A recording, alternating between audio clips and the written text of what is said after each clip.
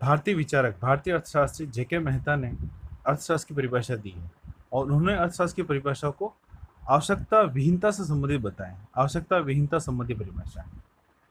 आवश्यकता विहीनता अब आप जब देख रहे हैं कि आवश्यकता विहीनता मतलब ऐसी स्थिति जिसमें कोई आवश्यकता नहीं हो, ऐसा संभव है क्या वास्तव में? शायद नहीं है। कोई भी व्यक्ति, कोई भी समाज, कोई भी राष्ट्र ऐसा नहीं होगा जिसकी कोई आवश्यकता नहीं हो। पर यहाँ पर इसका मतलब आवश्यकता विहीनता का मतलब क्या है, क्या कहा है जेके मेहता ने, वो हम देखते हैं। शुरू करते हैं। तो अर्थशास्त्री, भारतीय अर्थशास्त्री प्रोफेसर जेके मेहता द्वारा दी गई एक परिभाषा।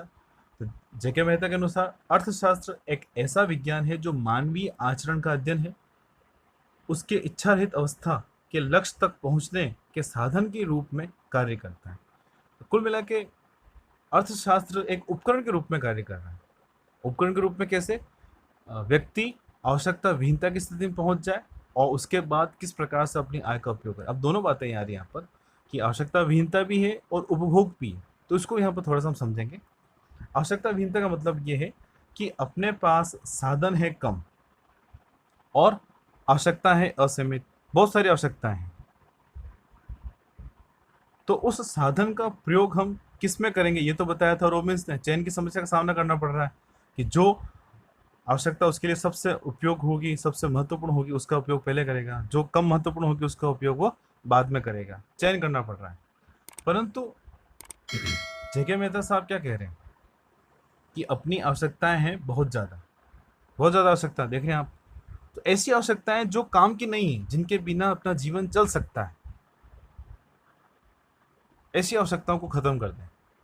मतलब जो मूलभूत आवश्यकताएं, रोटी कपड़ा मकान या कुछ आरामदायक वस्तुएं, उन आवश्यकताओं को रखें। भोग विलास की जो फालतू में मानव को महत्वाकांक्षाओं को बढ़ाए, दिमाग में स्ट्रेस पैदा करे, ऐसी आवश्यकताएं जिनके बिना जीवन चल सकता है, ऐसी आवश्यकताओं को खत्म करते हैं। ऐसी आवश्यकताएं जो काम की नहीं है, और वह जो अवस्था बचती है वो अवस्था कहलाती है आवश्यकता विहीनता। मतलब बेकार की, जो आवश्यक नहीं है, ऐसी आवश्यकताओं को, ऐसी इच्छाओं को हम खत्म कर दें और जो अपने जो बेसिक नीड्स हैं, जो आधारभूत आवश्यकताएं हैं, उनमें फिर अपने पास जो पड़े हुए साधन हैं उनका प्रयोग कैसे करेगा वह अर्थशास्त्र बताता है। ये बताया था जेके मेहता ने। तो जेके मेहता साहब की क्या क्या विशेषताएं हैं परिभाषा की? सबसे फर्स्ट है भारतीय दर्शन पर आधारित है। भारतीय दर्शन मतलब अपना भारतीय दर्शन क्या मानता है कि इस उपभोक्तावाद को छोड़ें, मानसिक शांति चाहिए, तनाव नहीं होना चाहिए। हम इतने लोन लेते हैं, कार ले ली, स्कूटर ले लिया, बाइक ले ली, मकान बना लिया, एजुकेशन लोन ले लिया, फिर उनकी किस्तें किस प्रकार से चुकाएंगे, कितना सारा स्ट्रेस पैदा होता है। तो भारतीय दर्शन क्या कहता है? शांति, इस उपभोक्तावाद को खत्म कर दें, अपनी जो महत्वाकांक्षा है उसको हम कम कर दें। बस इससे रिलेटेड उन्होंने बताया, इसलिए इसको भारतीय दर्शन पर माना है। फिर मानव व्यवहार का अंतिम लक्ष्य सुख प्राप्त करना होता है। मानव व्यवहार, हम जो भी कार्य करते हैं क्या करते हैं? सुख प्राप्ति के लिए।